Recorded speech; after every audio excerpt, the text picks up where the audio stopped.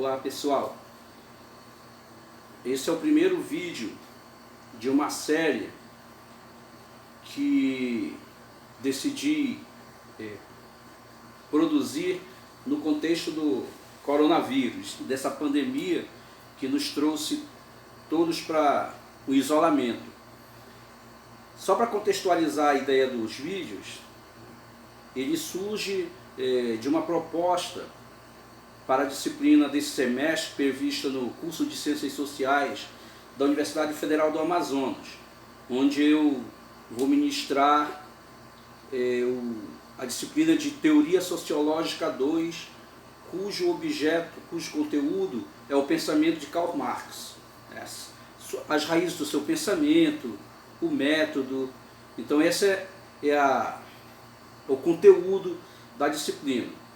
Chegamos a nos encontrar no primeiro dia e depois veio a pandemia e as consequências dela, né? Que é ficarmos em casa para nos protegermos, para garantir que aquela curva de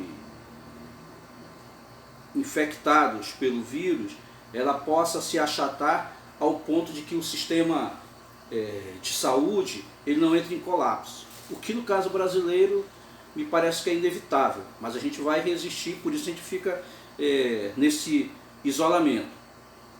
Mas aí, para a gente não perder o pique, a ideia é nós nos encontrarmos via vídeo, que tem a intenção de fazer uma espécie de síntese das aulas que estavam planejadas para a gente pensar em torno da contribuição de Marx e do seu método do materialismo histórico dialético.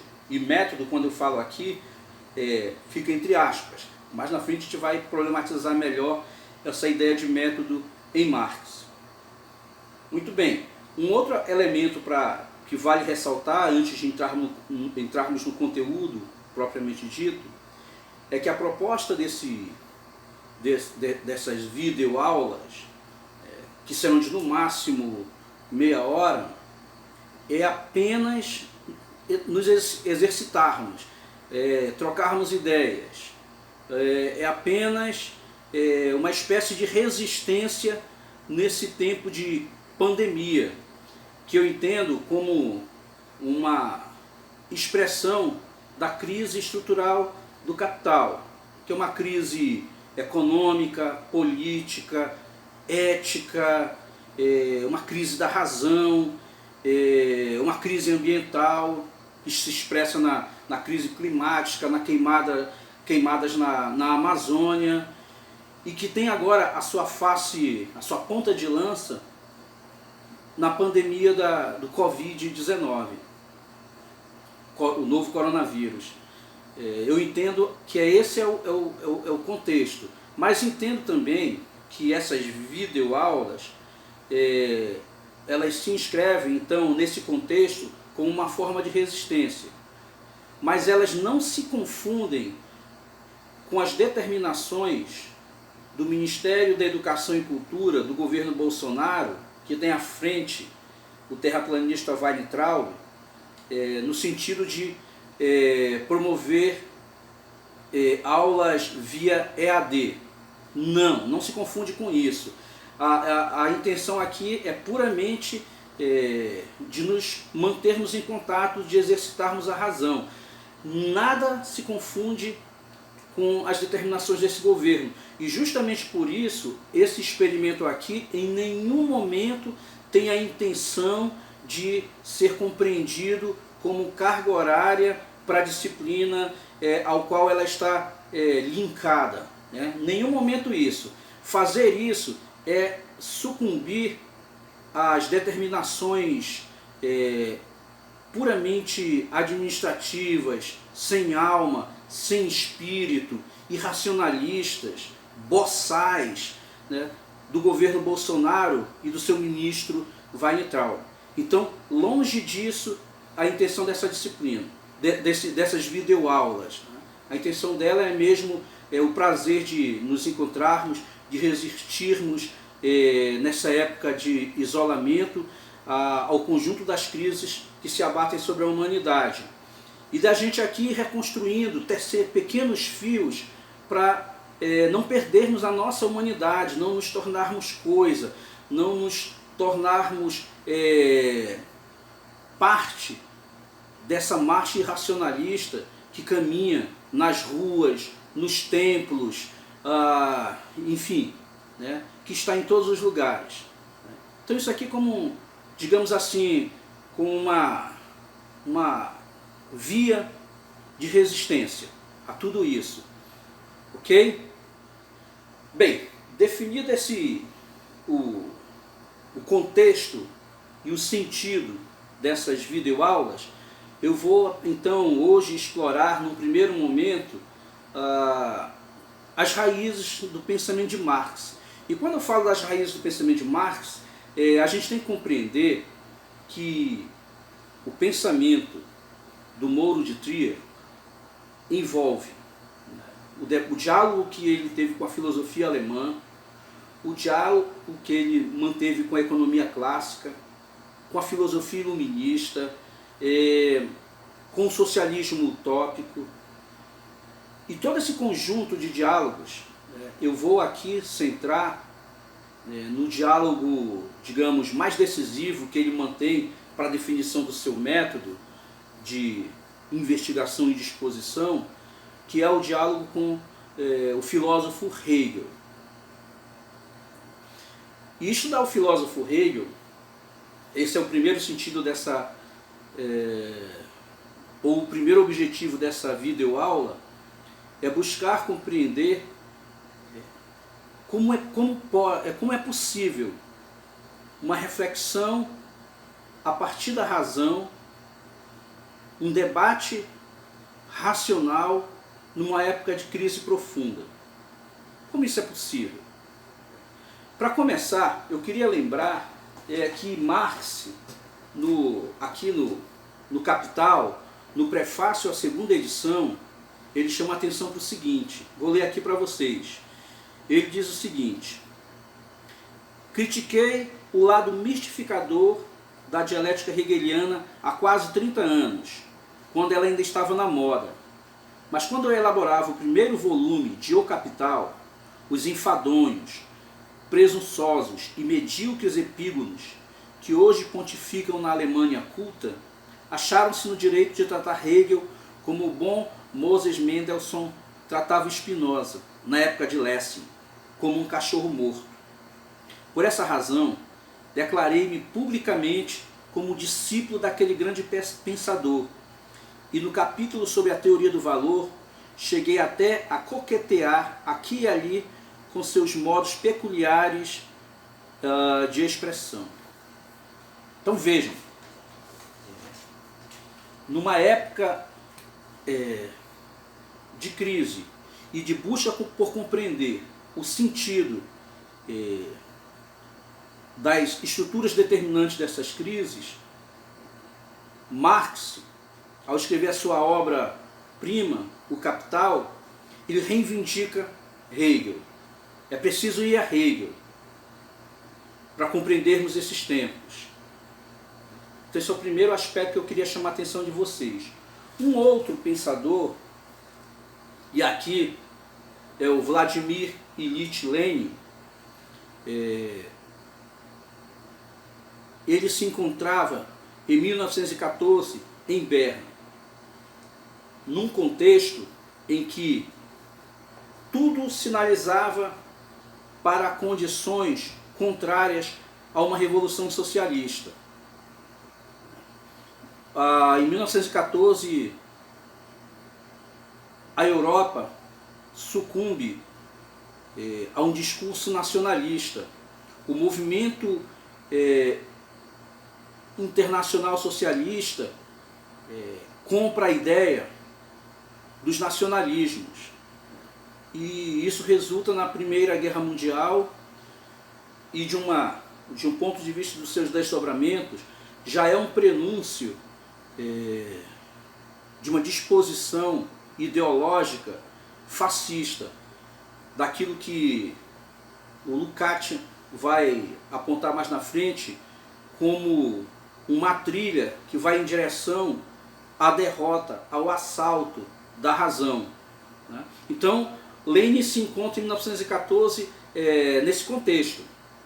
Henri Lefray, num texto introdutório a esta edição pela Boitempo, ele chama a atenção para que, nessas condições, Lênin é uma alma militante e intelectual numa quase profunda e absoluta solidão, porque ele vê vários intelectuais comprando, né, esse contexto, né, referendando, dando bases intelectuais para esse contexto da guerra, para essa veia ideológica nacionalista, e que mais tarde vai desembocar no fascismo.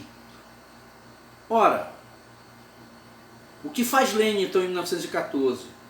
Lênin se debruça sobre os escritos de Hegel. Como Marx, ele busca encontrar os liames intelectuais que permitam fazer uma interpretação de sua época, né? Uma interpretação que vai às raízes da materialidade, das contradições de sua época.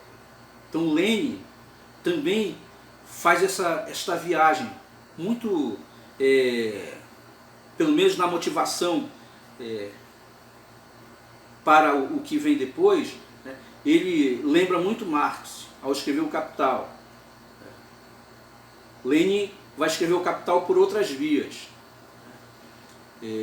Esta leitura é uma parada obrigatória para um balanço intelectual que lhe permite, né, e que vai desembocar, melhor dizendo, na Revolução de 1917, na Revolução de Outubro, a Revolução Socialista na Rússia. Obviamente, isso aqui não quer dizer que as ideias são os motivadores, os indutores da revolução. Elas o são na medida em que os revolucionários, no caso Lênin, se alimentam, né, deste tecido intelectual como um elemento que dá fundamento para a construção da revolução. Para se tornar mais preciso ainda, a revolução já traz em si, né, isso para pensar num diálogo com Hegel, a revolução já traz em si o conteúdo da racionalidade. Ela não é uma expressão irracionalista. A revolução é a razão caminhando na história, compreendendo as contradições histórico-materiais de seu tempo e de sua sociedade, do modo como os homens produzem, do modo como uma classe explora a outra, e a partir daí tira o conjunto de tarefas para a construção de uma sociedade socialista. Ir à ciência da lógica, como Lênin o faz, é ir para compreender, para reafirmar a racionalidade da revolução. Então, mas por que eu estou recuperando isso agora?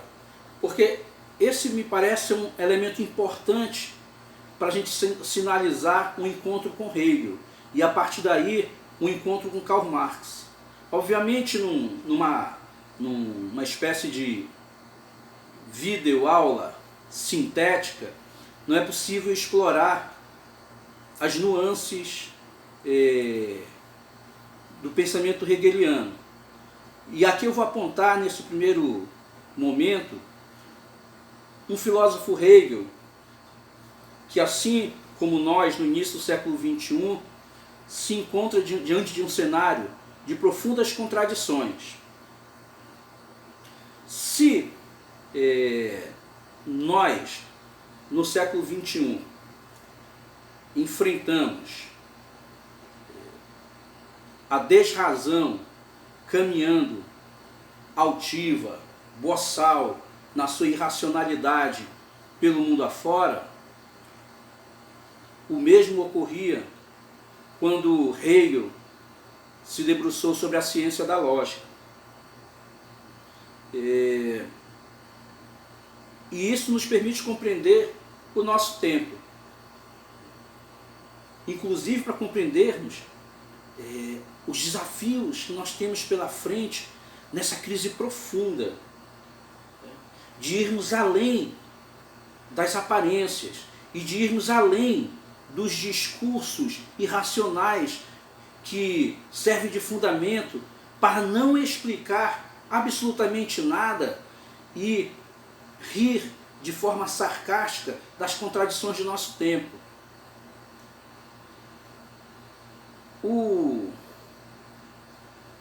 Esta pandemia do novo coronavírus, ela é típica desse momento da irracionalidade. Eu digo isso compreendendo que o novo coronavírus não pode ser compreendido apenas como um evento biológico decorrente da dialética da natureza. Esta pandemia, ela é um outro modo de ser do capital e de suas contradições. O Rob Wallace, que é um geólogo, um biólogo evolucionista, ele diz, eu sou um filogeógrafo. O Rob Wallace ele chama a atenção para o fato de que as pandemias contemporâneas só podem ser compreendidas se nós formos capazes de fazer um exercício de compreensão do movimento de totalidade do capital. Porque as pandemias, elas estão essencialmente conectadas com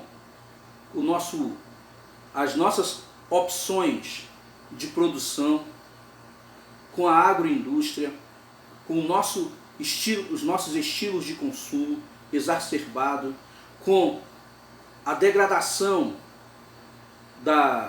dos sistemas ecológicos locais e planetários, com a forma acelerada com que os homens se deslocam pelo planeta, conectando todos os pontos, os mais recônditos, os mais distantes, passam a ser conectados entre si nesse movimento vertiginoso de um lado para o outro.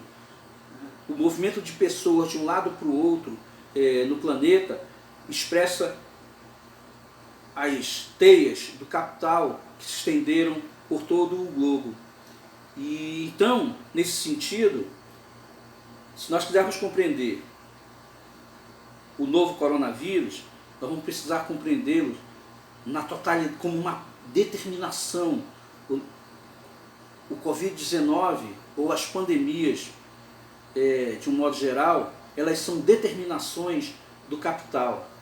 Elas são entradas para a gente compreender as estruturas das sociedades da nossa época. A compreensão do ser na sua totalidade. E o ser não mais de forma abstrata, mas nas suas determinações, na forma como ele se realiza e se materializa na historicidade do presente, mas que tem conexões com a história no passado e que vai ter desdobramentos que podem ser nefastos para o devir, para o futuro. Bem, essa breve viagem então me permite dizer que o novo coronavírus se ele é parte dessa totalidade do movimento do capital, então ele é um fenômeno biopolítico cultural.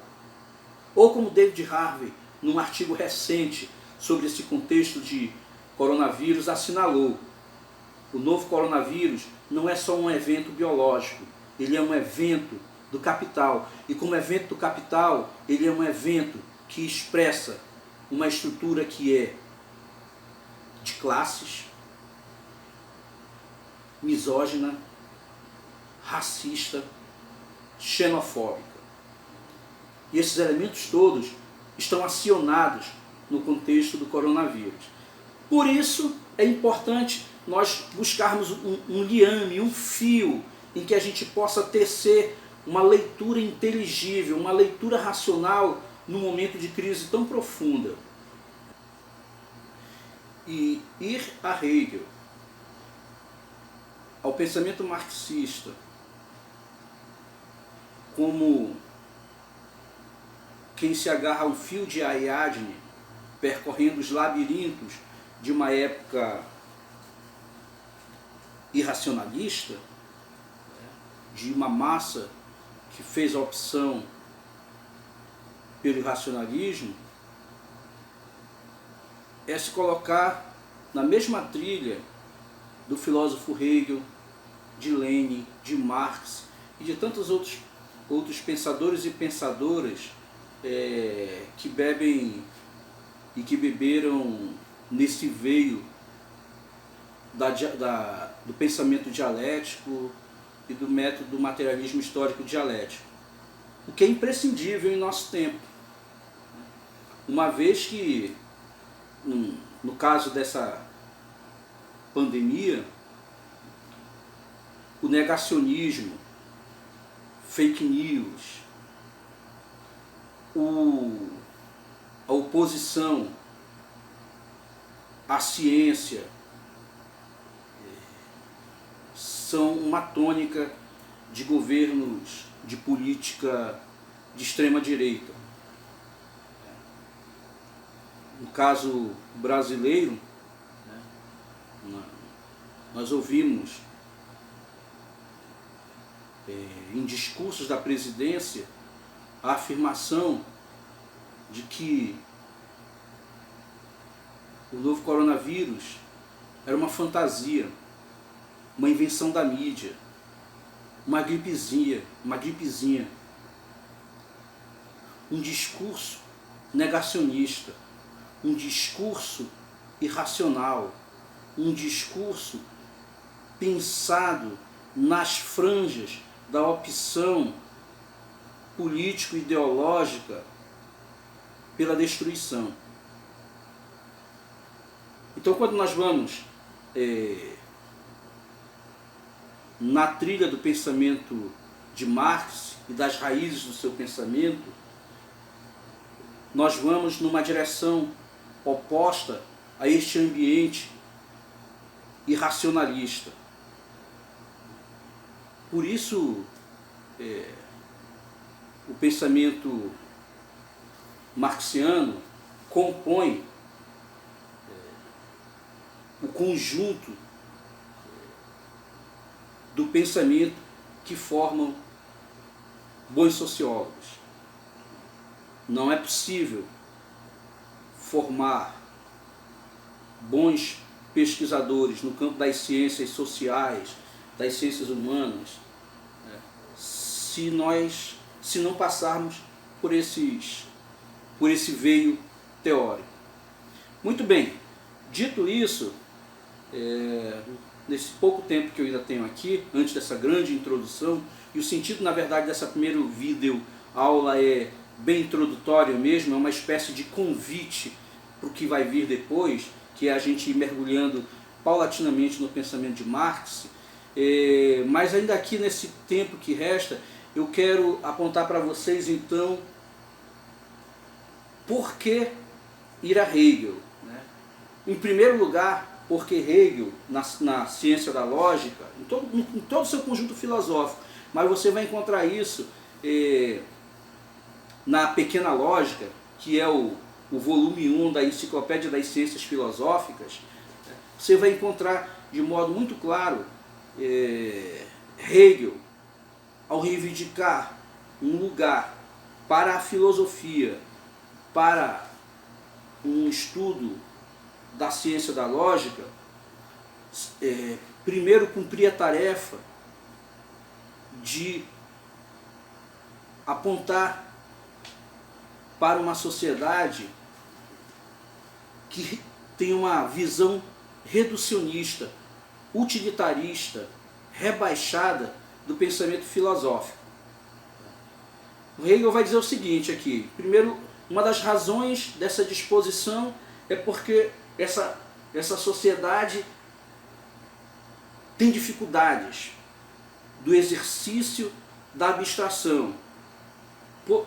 Essa é uma das razões, que por sua vez se expressa numa espécie de comodismo pela via utilitária. Ora, para que serve a filosofia?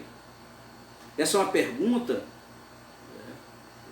se pensada a partir das ciências empíricas, é uma pergunta utilitarista e reducionista das tarefas do filosofar. Inclusive o Hegel vai dizer o seguinte: por quê? Porque a filosofia, ela é um caminho para o efetivo, para o real. E então, as outras ciências, as ciências empíricas, a biologia, a química, a física, etc., etc., elas só podem se realizar na sua plenitude ancoradas na filosofia, porque aí elas vão compreender o sentido do efetivo. Sem isso, essas ciências, elas se encontram numa posição mais empobrecida, circunscrita aos limites da sua especialização e aos exercícios de formalismo correspondente à dinâmica de método de cada ciência. Muito bem.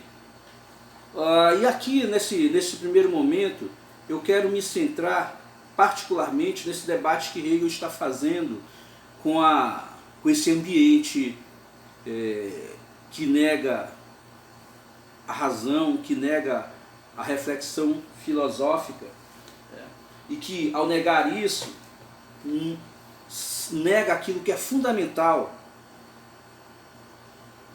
na existência da razão, que é a compreensão conceitual do efetivo, do real.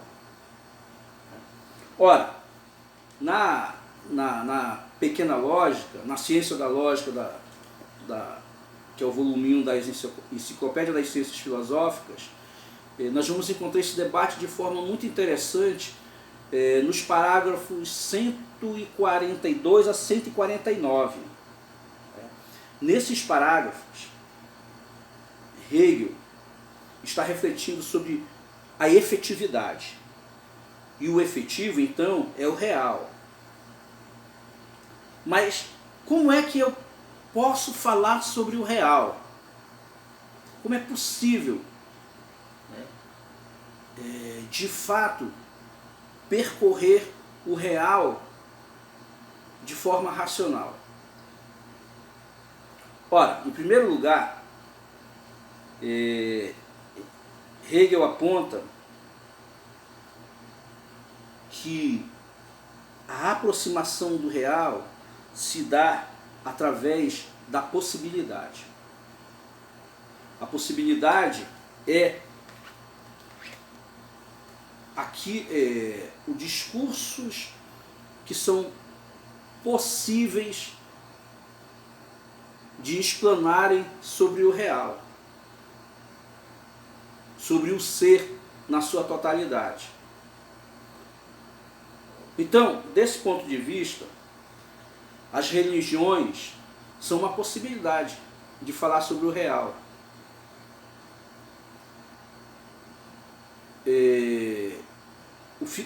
As ciências empíricas são também momentos, são possibilidades de falar sobre o real. O discurso do senso comum são possibilidades de falar sobre o real. Então, de certa forma, essas diversas possibilidades de discurso sobre o real, elas são momentos da efetividade, mas que não são plenamente a efetividade. Elas são possibilidades de explanação sobre o real.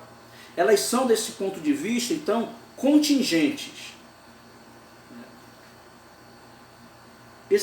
Essas contingências, então, nos colocam e colocam ao filósofo o desafio de ir por uma via que garanta que o seu discurso sobre o real seja aquele discurso da necessidade, o discurso necessário para que a gente compreenda o real na sua efetividade, na sua concretude.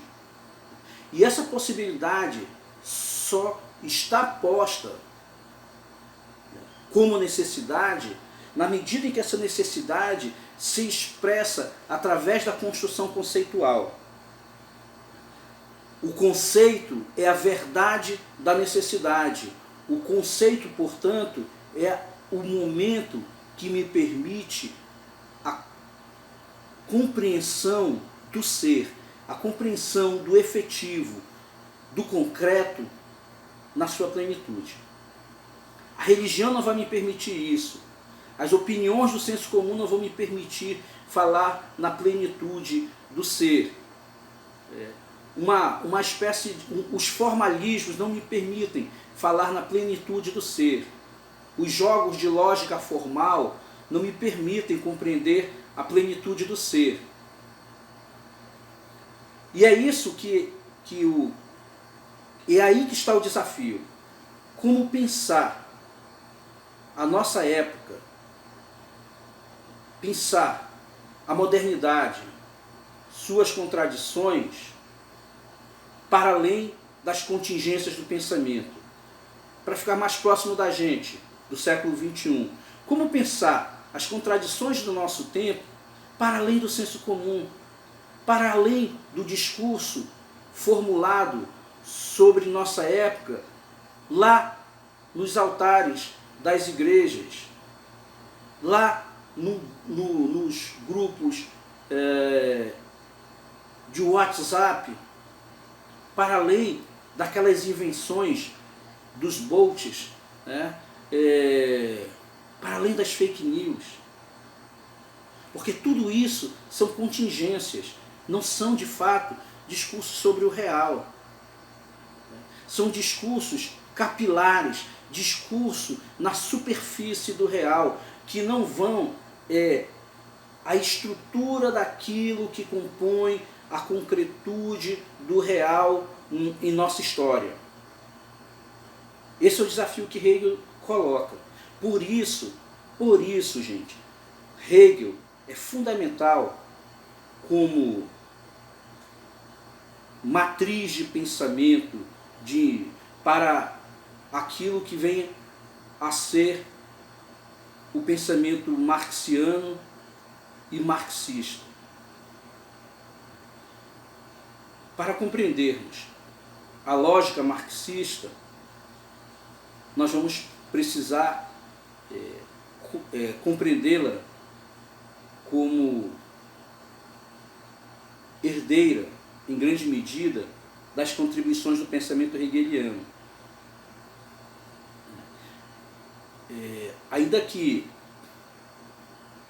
entre o método dialético do pensamento de Hegel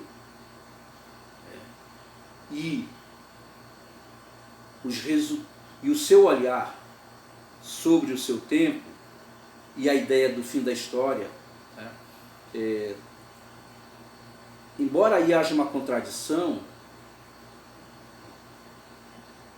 mas isso, do ponto de vista do marxismo, não significa considerar Hegel um cachorro morto. Se assim o fosse, nós não teríamos uma obra genial como o Capital. O livro 1 do Capital tem passagens extremamente geniais, assim como os Grundrisse, que revelam, como diz o próprio Marx, um coqueteio, um namoro, uma viagem pelo modo de exposição hegeliano, experimentada de forma genial e necessária para compreendermos o capital. Então, na próxima videoaula, a gente vai aprofundar melhor essa discussão. Nessa primeira exposição, era a ideia fazer uma grande introdução e afirmar a importância de Hegel para tecermos fios de inteligibilidade para a modernidade. Que o marxismo compreendeu isso, né, e que Marx compreendeu isso, e o marxismo por sua vez, né, e por isso foram beber nessa fonte. Nos próximos vídeos a gente vai discutir de forma mais detida a partir do George Novak, Plekhanov e o próprio Hegel, a lógica hegeliana e a lógica marxista. Então, até o próximo vídeo.